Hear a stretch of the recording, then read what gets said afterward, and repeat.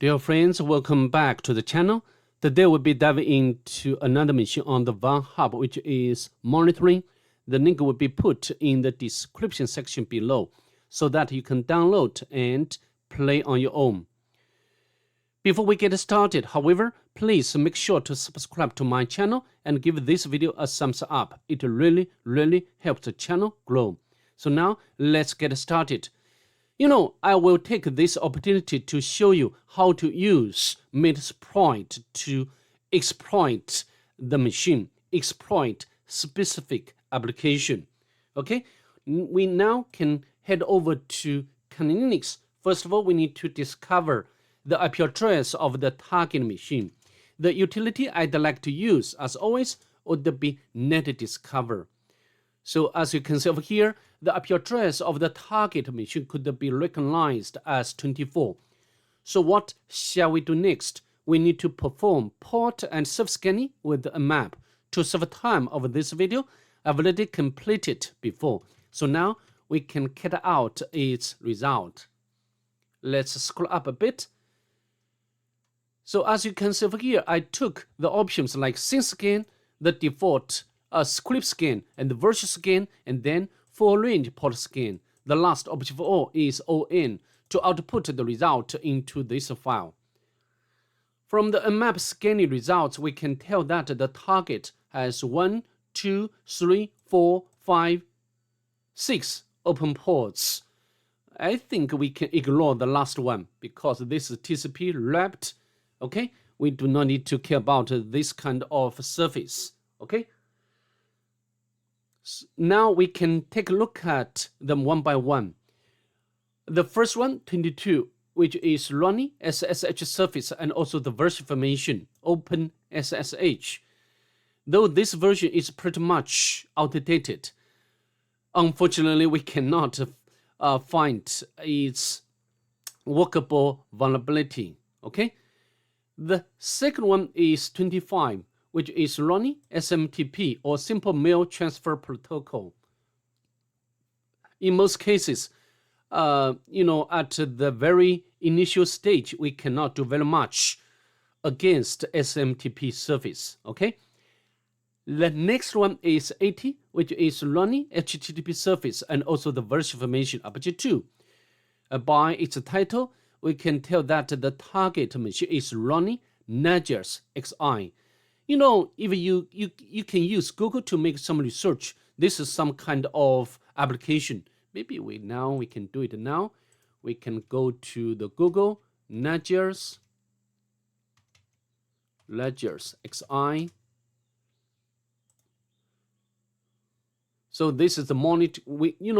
This tool is to monitor servers, networks, and apps from one platform. Okay, great. So let's continue.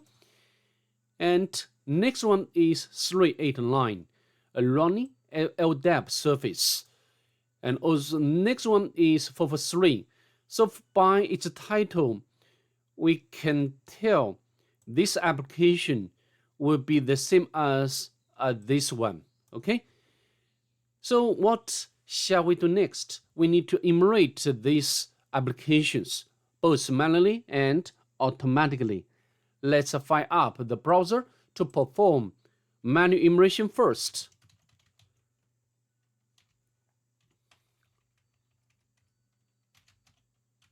Press enter. So we can access this application, and we can try to use some weak username and password to log in, but failed.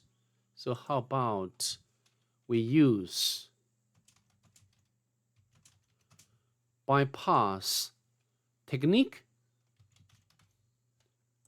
login, but failed either. So next, we can try to retrieve the robots file from the target machine, not found. Next, we can launch the Nagiox to perform automatic enumeration. But unfortunately, we cannot get very much by Nagiox in this case. Okay. So next, I think we can launch the GoBuster to perform directory enumeration. although GoBuster can find Nagios directory as well, but we have already got this directory during the manual enumeration. Okay, so I'm going to interrupt it here to save time of this video, because we cannot get very much beyond this Nagios directory.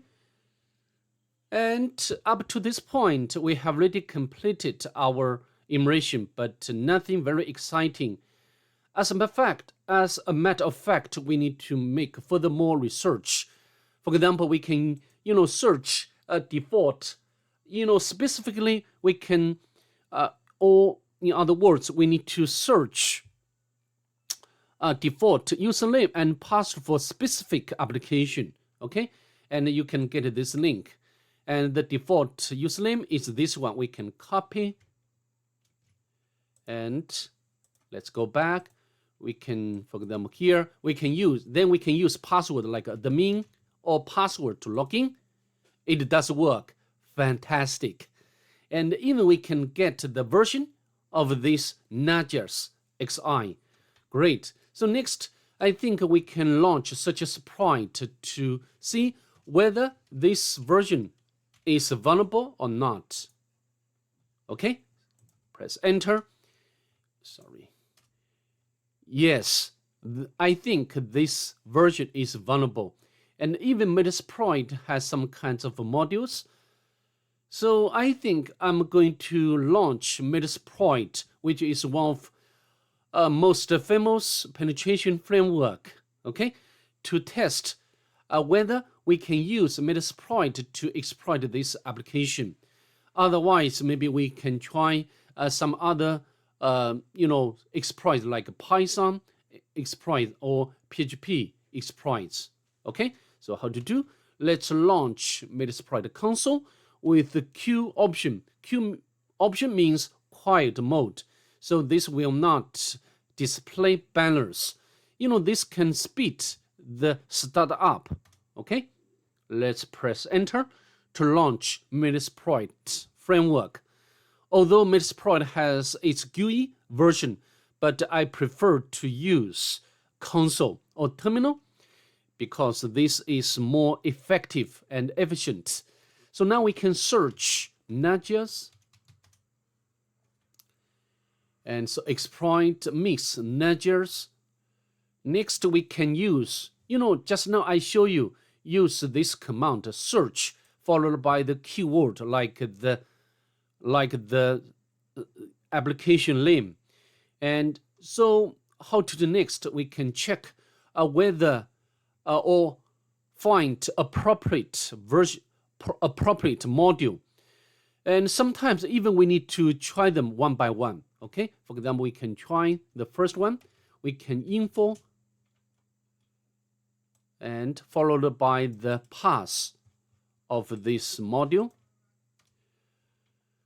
Then we can get rich information about this module. So this is a remote plugin, executor, arbitrary command execution. Next, we need to which version is available for this module. So the version information.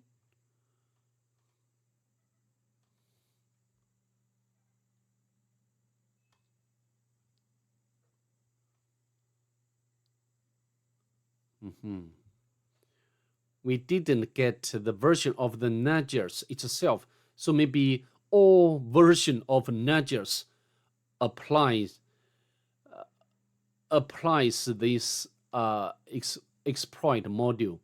So maybe we can try to. So how to use this module? We can input use and followed by the pop window, followed by the relative path of this module or the index.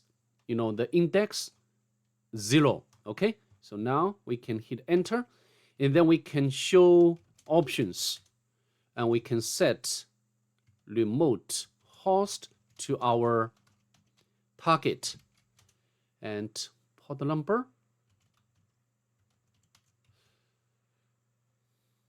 But I don't think this is Nagios XI, right?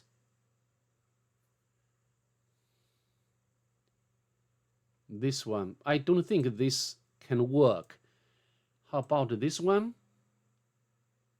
How about this one?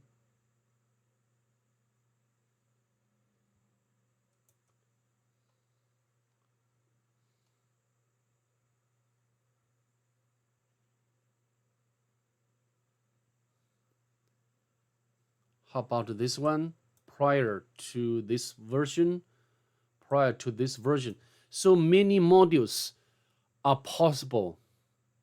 Okay, so now maybe I can try this one first. We can copy, we can use, sorry, if you switch to another module, we can simply input the use command again, followed by the new module name. Then we can show options. We can set localhost to our Linux, right? Set local port number to 555. Set a remote host to our target. And set username to, I think, the username. What's the username? So this one.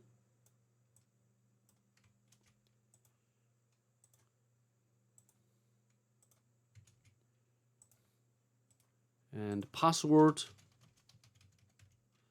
admin. Then we can, I think we can set server host to our Linux as well. Then we can run it to see this exploit can work or not. The exploit may require manual cleanup. Exploit completed, but no session was created. Just like I said, sometimes we need to try different possible modules until we can find correct one, okay? Or until we can find one which can work.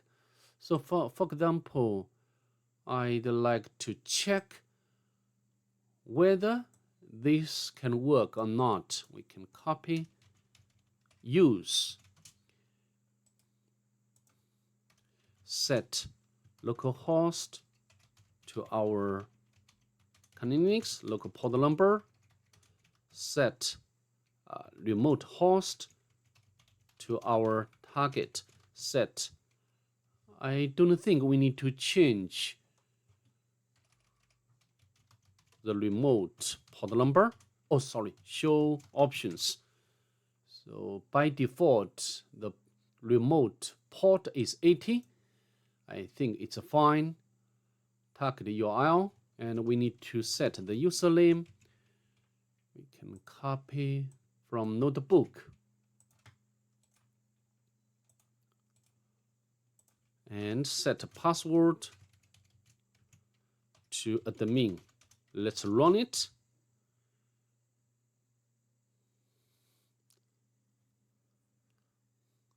Oh, it's working. Fantastic. As you can see, we successfully got back Metasploit session.